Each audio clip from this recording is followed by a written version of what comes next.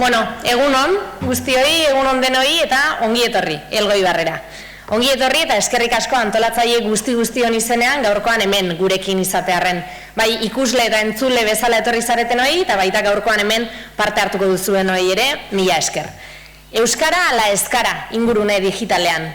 Hori izango da gaur, egun guztian erantzuten saiatuko garen galdera. Bueno, guk ez dugu erantzungo, Erantzun hori emateko gurera 16 lagun, 16 gonbidatu ekarri ditugu, euskaran eta ingurune digitalean adituak eta arituak direnak.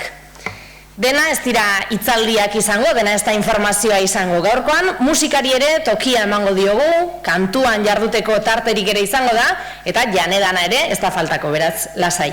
Finean, euskara eta hausnarketa hauek kontuan hartuta, egun polit bat, lagun arteko egun bat pasatu nahi dugu.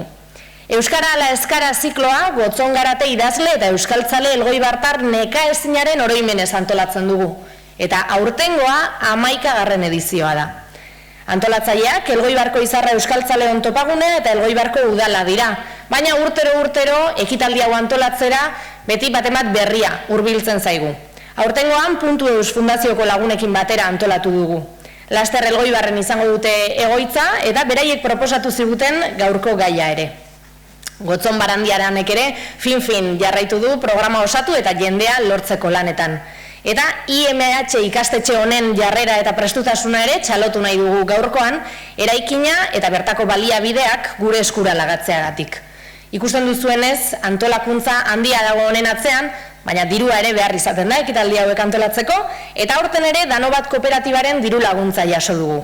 Eta iaz bezala, aurten ere Gipuzkoako Foru Aldundiaren eta Eusko Jaurlaritzaren diru laguntza jasotzea ere espero dugu. Ikusten duzuenez, jende, esfortzu eta pertsona asko dago honen atzean. Ni naiz gehiago luzatuko. Aurrean daukazuen kuadernoan ikus dezakezue gaurko programa nola izango den, zenbat hitzaldi izango diren, zein izango den ordena eta egitura, hitzaldiak egongo dira, mahai-inguruak ere bai, kafea eta pastak hartzeko aukera izango dugu, beraz, aspertzeko denborarik ez dugu izango.